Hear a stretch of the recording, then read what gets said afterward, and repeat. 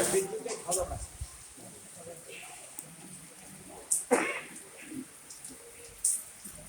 এই বিদ্যুতের ঝলক মানে তো অচ্ছেদ্য বর্ণ,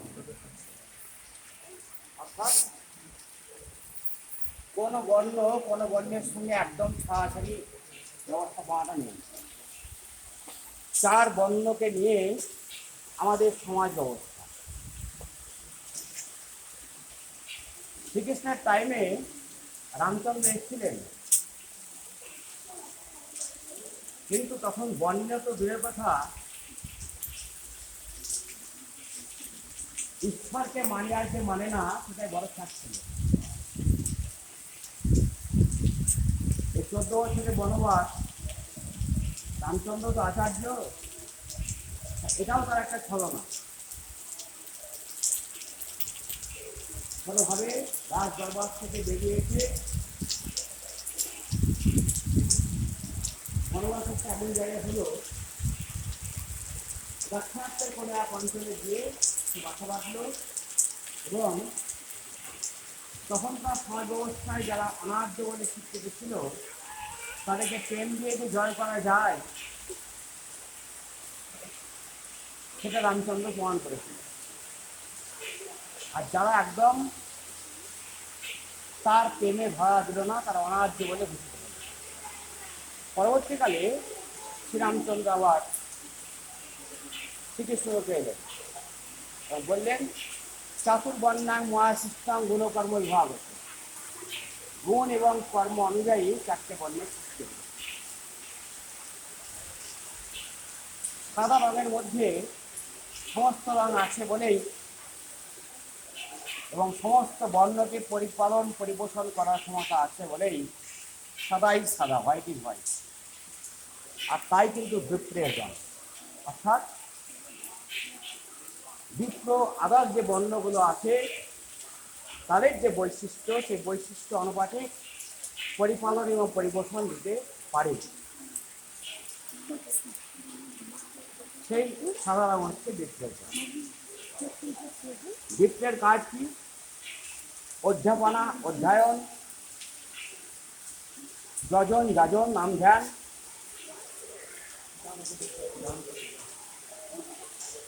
এগুলো হচ্ছে বিপ্রের কাজ।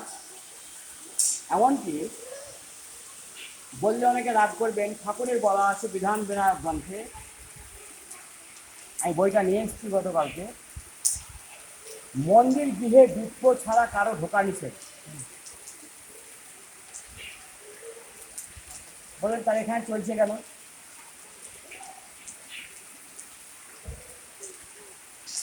সস্তয়নি বিপ্র পাওয়া আজকাল খুব মুশকিল।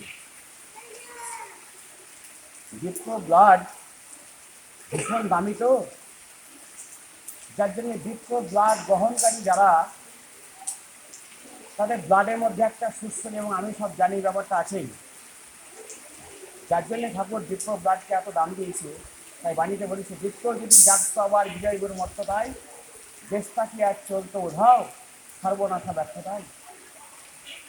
পৌরোহিত্যে বিপ্র শ্রেষ্ঠ ব্রহ্মবিত হয়, অর্থাৎ অন্যান্য যারা বর্ণের মানুষ তারা ব্রাহ্মণ হতে পারে, কিন্তু বিপ্র হবে না।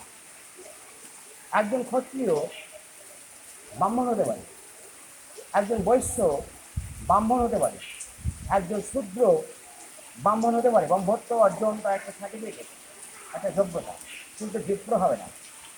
তা বিপ্রকে ঠাকুর মাথায় তুলে বলল যে পৌরোহিত্যে বিপ্র শ্রেষ্ঠ ব্রহ্মবিদ, তথা যে ব্রাহ্মণ সেও হয়, মানে হরি হবে।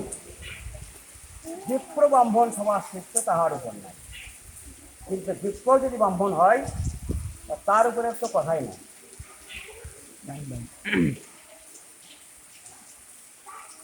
এখন কথা হচ্ছে, আমরা এই এত আলোচনা করি, এতবার শুনলাম, কিন্তু একটা কথা সবাই জানে কিন্তু আলোচনা করে না। এই যে বিপ্র হয়, ক্ষত্রিয় হয়, বৈশ্য হয়, এই কোন ধারাবাহিকতায়,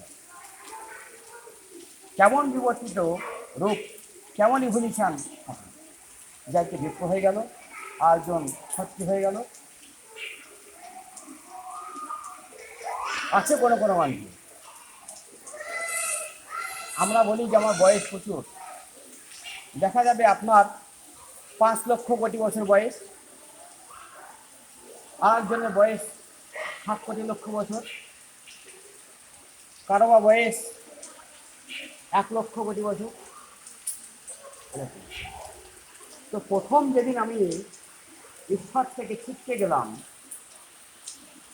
সেদিন ফার্স্ট আমার জন্ম। এই নির্বিকার আত্মা, যে আত্মার মধ্যে কোনো বিকার ছিল না, যিনি স্বয়ং ঈশ্বর, সে একটা দেহ, কোনো একটা দেহ গ্রহণ করে মায়াযুক্ত আত্মা হতে পারে। এইটা ফার্স্ট জন্ম। হয়তো দেখা যায় ফার্স্ট জন্মটা আমার পতঙ্গ বা কৃমি,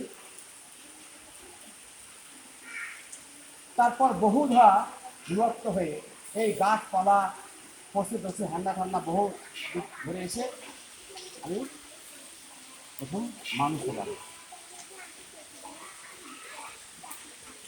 তো প্রথম যখন মানুষ হলাম, তখন আমার আত্মার মধ্যে বিগত দিনের যে পশু পাপন আমি ছিলাম, পাখি পশু যাই থাকে না কেন, কীট পতঙ্গ যাই কেন, সেই ভাবটা কিন্তু আমার মধ্যে রয়ে গেছে। যার জন্য একটা মানুষ এত অন্যায় করতে পারে যে যা আমাদের চোখে দেখা সম্ভব না। কেমন করে পারে? একটা মানুষ 5,000 টাকার জন্য বুঝতে না, একটা মানুষকে মারা হতে পারে। একটা মানুষ 2,000 টাকার জন্যে একজন বাড়িতে আগুন লাগিয়ে, একটা মানুষ 100 টাকার জন্যে ছুরি মেরে। কেন হয়? ওই বিবর্তনটা অল্প, পৃথিবীতে খুব অল্প দিন এসছে, তাই কোনো এক যে বর্ণে থাকা উচিত সেই বর্ণে আছে।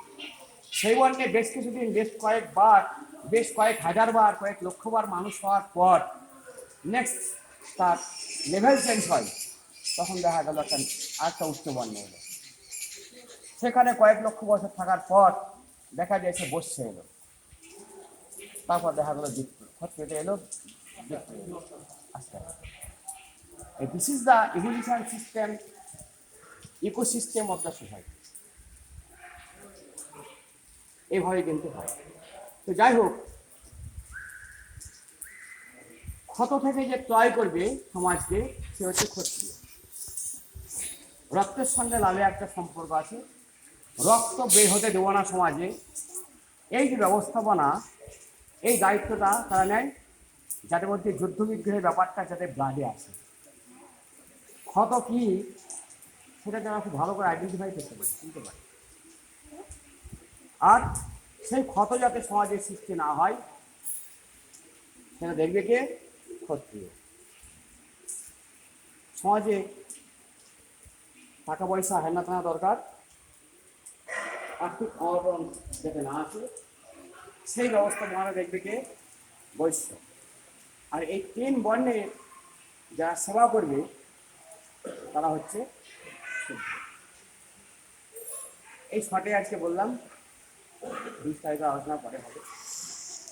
তাই শুদ্ধ হতে জাতির টাকা, বৈশ্য যোগায় দেশের টাকা, ক্ষত্রিয়রা রাজার জাত, সবার পূরণ দুঃখভাগ। বিপ্র যে জুতোর দোকান করতে পারবে না তা না, কিন্তু জুতোর দোকান করলেও লাভ করতে হবে না, পয়সা নিতে হবে না। বিপ্র যে নাঙল ধরতে পারবে না তা না, শেখানোর জন্য কথা টিচিং বিপ্র নাঙল ধরতে পারে।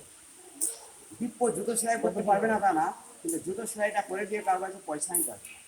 অর্থাৎ আমার নিজের যে বর্ণ, সেই বর্ণের বাইরে গিয়ে আমি সেখান থেকে কোনো উপার্জন করতে হবে না। এমনকি বিপ্র যে খুঁজে পার্বণ করে, কাউকে সে দক্ষিণা চাইতে পারে। একমাত্র ভিক্ষা চাওয়া যায়, দক্ষিণা চাওয়া যায় তারই কোনো মঙ্গলের জন্য। দেখছি হয়তো আমরা পারবো না, সে বড় যারা ঋষি মানুষ হয়তো কাউকে দেখলো, দেখে মনে হলো না এই সাদা সাপ হচ্ছে,